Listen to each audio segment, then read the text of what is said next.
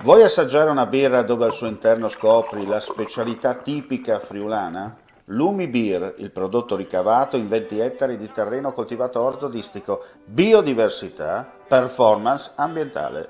Lumi Beer nelle sue 5 versioni disponibili, 4 per consumo veloce e dissetante e la versione Magnum per intenditori. Lumi Beer si abbina a qualsiasi palato. Lumi Beer è un prodotto esclusivo Azienda Agricola Pancera, il buon seme, i buoni frutti.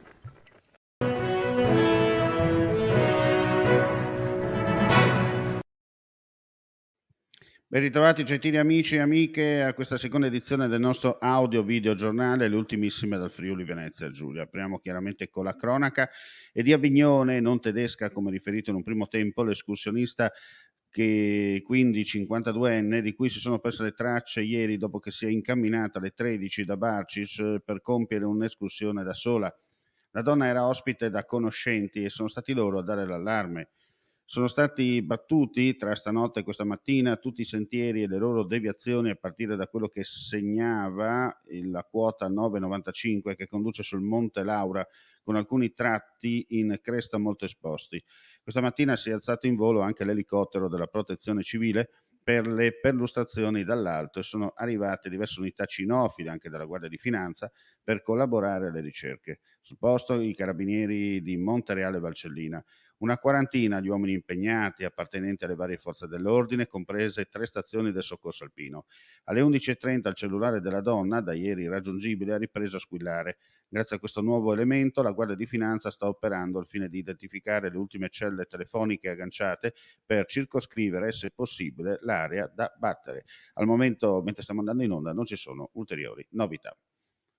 E ora ci trasferiamo a Trieste per quanto riguarda la cronaca. È prematuro ipotizzare o escludere un collegamento tra i bossoli rinvenuti ieri in un cassonetto a Trieste e la sparatoria nel centro del capoluogo giuliano venuto nell'ambito di una rivalità tra 2 famiglie di operai kosovari. Lo ha riferito il procuratore capo di Trieste, Antonio De Nicolo, confermando tuttavia che verranno svolti accertamenti per comparare i bossoli ritrovati a terra sul luogo della sparatoria e quelli rinvenuti nella giornata di ieri. E ora torniamo verso il Friuli per la precisione, perché ci sono importanti novità per quanto riguarda la cronaca anche da queste parti. In tempo tecnico di piazzare la telefoto, eccola qua, altrimenti rischiamo di parlare d'altro. Un cittadino della Costa d'Avorio, 31enne regolare sul territorio nazionale, senza fissa dimora in Udine, è stato arrestato dagli agenti delle volanti della questura friulana 2 volte tra domenica e lunedì. Nella mattinata di ieri, dopo la convalida dell'arresto, lo straniero è stato rimesso in libertà, ma munito di un nuovo decreto di espulsione di ordine di trattenimento al CPR di Gradisca per successivo rimpatrio. All'atto dell'effettuazione della visita medica e del tampone anti-Covid, lo straniero cercava di sfondare una finestra e di sfilare il feretro della mascherina chirurgica per autolesionarsi. Veniva prontamente bloccato da 2 agenti che l'uomo colpiva con pugni e calci e che si vedevano costretti nuovamente ad ammanettarlo.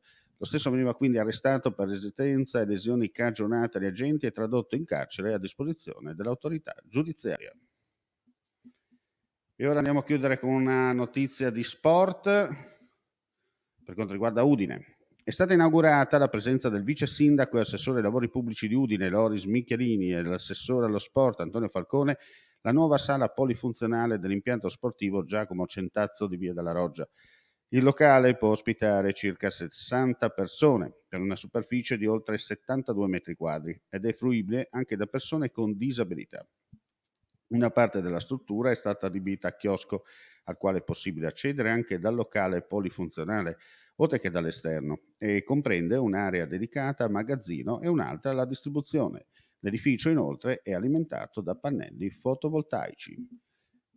E con questa notizia chiudiamo qui questa edizione flash del primo pomeriggio. Vi diamo appuntamento più tardi per altre news dal vivo, chiaramente ulteriori aggiornamenti consultabili sul nostro sito www.friulitv.net. Grazie come sempre per la visione e l'ascolto e buona giornata a tutti. Claudin, locale per palati fini e buongustai, dove si mangia, si beve e si respira bird, Collio e Quay. Sono Claudia Zano e vi aspetto con le mie specialità. Cosa aspettate? Claudin, food, wine, music e sei in pole position.